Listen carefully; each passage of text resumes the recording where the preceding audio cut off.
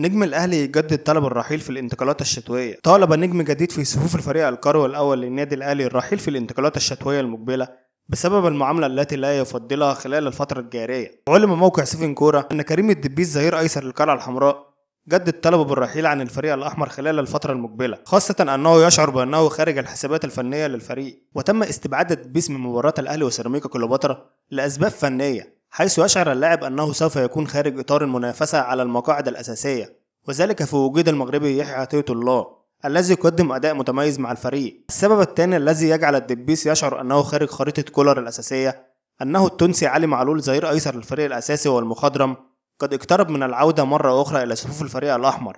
وتحدث الدبيس مع محمد رمضان المدير الرياضي للفريق من أجل الرحيل في يناير المقبل إذا استمر عدم الاعتماد عليه، مشددا على أنه يريد أن يحظى بالفرصة الإيجابية والكاملة من أجل عدم تراجع مستواه مرة أخرى مع الفريق الأحمر. وشارك الدبيس في عدد من المباريات السابقة وكان يقدم أداء متميز للغاية على كافة الأصعدة الفنية والبدنية، وكان لديه العديد من الأمور الإيجابية الجيدة مع الفريق خلال الفترات المقبلة. ويتطلع النادي الأهلي إلى الحصول على لاعبين بدلاء جدد جاهزين، ويعد الدبيس أحد هؤلاء البدلاء الذين يرغبون أن يقدموا الأداء المتميز، وإنه على الصعيد البدني جاهزا للمشاركة، ولكن وجهة نظر المدير الفني هي الحاسمة في نهاية الأمر.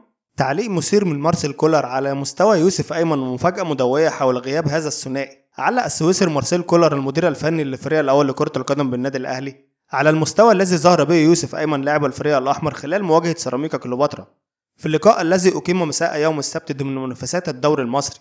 وظهر يوسف أيمن لاعب الفريق الأول لكرة القدم بالنادي الأهلي بمستوى غير جيد خلال مباراة سيراميكا كليوباترا، حيث أبدت جماهير الفريق الأحمر غضبها الشديد عقب المستوى الذي ظهر به اللاعب خلال اللقاء وعدم الظهور بالمستوى المعروف. وأكد مارسيل كولر في تصريحات صحفية له عقب المباراة يوسف أيمن لم يتدرب بقوة خلال الفترة الماضية بعد تعرضه للارتجاج، وأن لياقته البدنية والذهنية لم تكن في أفضل حال وأتم الجاهزية. وياسر إبراهيم وأشرف داري تعرضا للإصابة وغابا اليوم عن المشاركة. وتابع كولر وقال: مباراة اليوم كانت مفتوحة وكان من الممكن أن تنتهي بعدد أكبر من الأهداف. بدأنا المباراة بشكل جيد وسجلنا هدف التقدم، لكن الشوط الأول يعتبر هو الأسوأ منذ قيادتي للفريق، ومحمد الشناوي كان رائعا اليوم وأنقذ الفريق في وقت حرج. وأوضح كولر وقال: سعيد بالمستوى الذي قدمه طاهر محمد وتسجيله اليوم في شباك سيراميكا، لافتا إلى أن أي مهاجم يحتاج إلى تسجيل الأهداف ليعزز ثقته بنفسه.